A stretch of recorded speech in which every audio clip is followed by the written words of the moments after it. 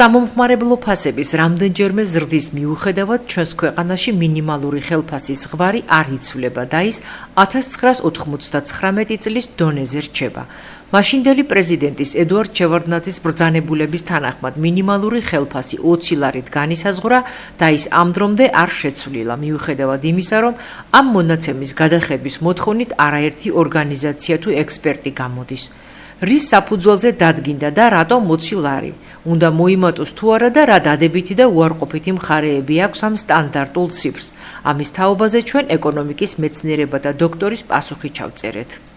ბორის ჭიჭინაძის თქმით, მინიმალური ხელფასის განსაზღვრის ერთ-ერთი მიზეზი ადმინისტრაციულ სახთელებს უკავშირდებოდა, რომელსაც მასთან შესაბამისობაში ადგენდნენ. ის ფიქრობს, რომ ეს ზღვარი სავარაუდოდ მოიმატებს, თუმცა სწრაფი ზრდა გარკვეულ რისკებსაც შეიცავს. მინიმალური ხელფასის სწრაფი ზრდაც არ შეიძლება. ანუ მინიმალური ხელფასის სწრაფ მასდამ შეიძლება გამოიწვიოს გამოშვებული პროდუქციისა და იმპორტირებული საქონლის ფასის ზრდა.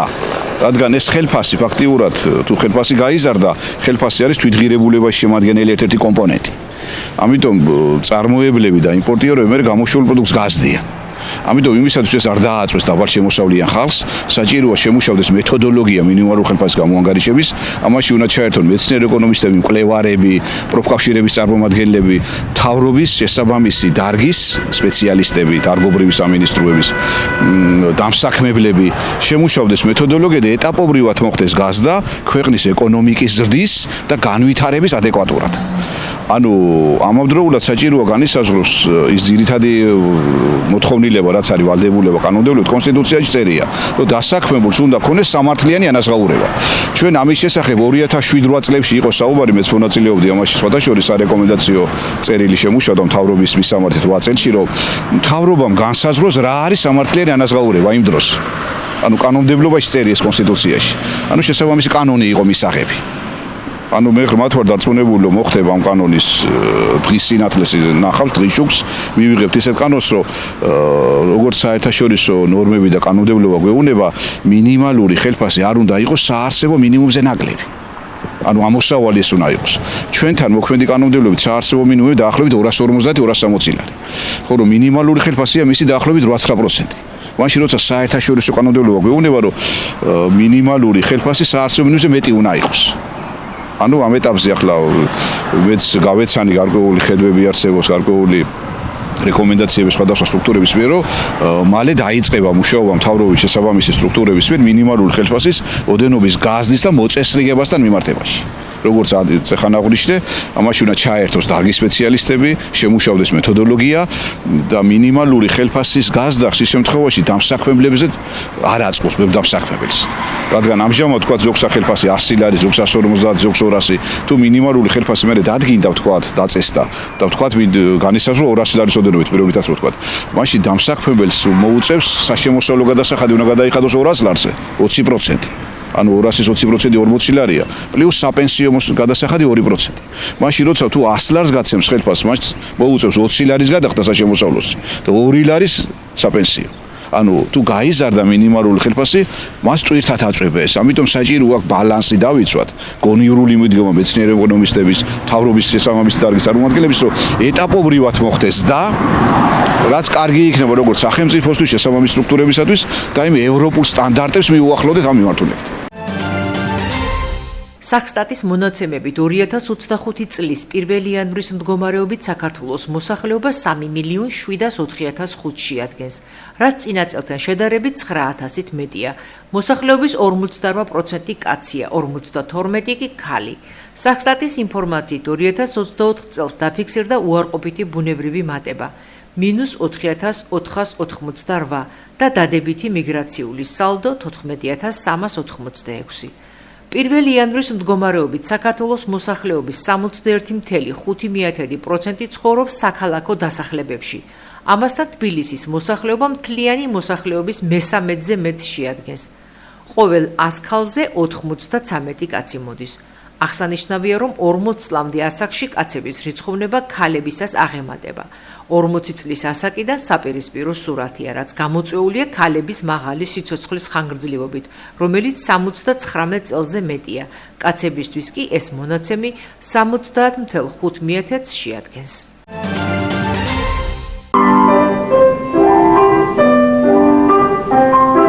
8 წლის მარიამ ზივზიბაძემ თავის არაერთ წარმატებას ქართული კლასიკური მუსიკის მე-9 ეროვნულ კონკურსზე მოპოვებული პირველი ადგილი და ლაურეატის წოდება დაუმატა. მუსიკას ის ელდარ შალამბერიძის სახელობის ხელოვნების სკოლაში პედაგოგ იზაბ ხაკაძის ხელმძღვანელობით ეუფლება, რომელიც ასევე დაჯილდოვდა როგორც საუკეთესო პედაგოგი. მარიამი მეხუთე საჯარო სკოლის მეორე კლასში სწავლობს. მისი მუსიკალური ბიოგრაფია ახლა საწყის ეტაპზეა. ამის მიუხედავად მის სახელზე არაერთი წარმატებაა. მათ შორის მას აქვს მოპოვებული ახალგაზრდა მუსიკოს შემსრულებელთა მე-11 საერთაშორისო კონკურსის ნორჩი ვირტუოზები პირველი ხარისხის პრემია და დიპლომი. ასევე საქართველოს კომპოზიტორთა კავშირის კონკურს ფესტივალის ჩვენ ვეძებთ ვარსკვლავებს პირველი ადგილი. ქართული კლასიკური მუსიკის მე-9 ეროვნული კონკურსის პირველი ადგილი და ლაურეატობა მისთვის დამატებითი мотиваცია და დამსახურებული ჯილდოა, როგორც ამას მარიამის პედაგოგი ამბობს. კონკურსის ზესტაფონში მესამე წელია იმართება და მასში ათეულობით ნიჭიერი მუსიკოს შემსრულებელი მონაწილეობს. ამ დარბაზში ვსწავლობ 2 წელია დაკვრას. მიყვარს ჩემი მასწავლებელი, მიყვარს ჩემ მასწავლებელთან ერთად ახალი ნაწარმოებების გარჩევა. ბევრ კონკურსზე წავსვარ და იქიდან ბევრი პირველი ადგილები წამოვიღე. დიდ მადლობას ვუხდი ჩემ პედაგოგს. ჯერა რომ მარიამი ყოველთვის გაამართლებს ამ დიდი შრომის შედეგი ყოველთვის იქნება წარმატებული, თვითონ ძალიან ყოჩაღი და ძალიან კარგი გოგოა. რაც შეეხება წლევანდელ აი ამ ბოლო წარმატებას ქართული მუსიკის კონკურსის, დიდი მადლობა დამაარსებელს ბატონ ვაკო შიუკაშვილს. ეს ისეთი რამ კეთდება, რაც შეუფასებელია. ეს იყო ზეიმის ერთი კვირა ჩვენს ქალაქში. მეორე წელია ჩვენთან ირიცხება ჩვენ სკოლაში, ელდარ შალამბერიძის სახელობის ხელოვნების სკოლაში. საკმაოდ მონდომებული, მოწესრიგებული, ძვირფას პედაგოგთან მუშაობს, არაჩვეულებრივი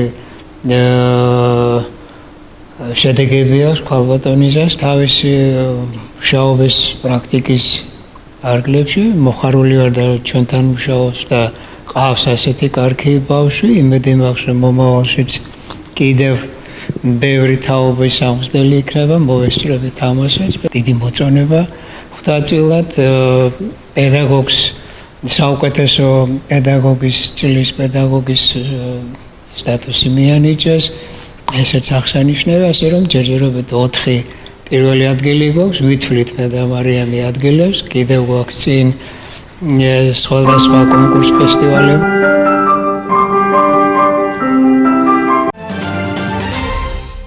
იმერეთის რეგიონში აქტიურად მიმდინარეობს საგზაო ინფრასტრუქტურის მოწესრიგება. დღეს ვიმყოფებოდით ვანის მუნიციპალიტეტში, სადაც მოვინახულეთ ბაღდათი-ვანი დაფნარის შიდა სახელმწიფოებრივი მნიშვნელობის გზის სამუშაოები. მიმდინარეობს გზის ასფალტო-ბეტონის საფარით მოწყობა, მოწესრიგდება გვერდულები, განთავსდება საგზაო ნიშნები, ასევე დავათვალიერეთ შიდა სასოფლო გზების სარეაბილიტაციო სამუშაოები. იგება 30 კილომეტრამდე გზა, რომლის ღირებულება შეადგენს 8 მილიონამდე ლარს. ჩვენ ვიმყოფებით ვანის მუნიციპალიტეტის სოფელ ზედავანში, სადაც მიმდინარეობს საგზაო ინფრასტრუქტურის მოწყობა ზაგნიძეების უბანში. მიმდინარე წლის ბოლომდე დაახლოებით 20 სოფელში განხორციელდება საგზაო ინფრასტრუქტურის მოწყობა. პროექტი, რომელიც ჩვენ ბევრჯერ აღვნიშნეთ და არის საუკუნის პროექტი ჩვენი მუნიციპალიტეტისათვის და ჩვენი ქალაქისათვის, ეს არის საკანალიზაციო სისტემა, არის წყლის სისტემა და არის წყალამრიდი სისტემა. ეს მოიცავს როგორც ქალაქის წყლით მომარაგების სამუშაოებს, ასევე იქნება დაახლოებით 6 სოფლის წყალმომარაგების სისტემა.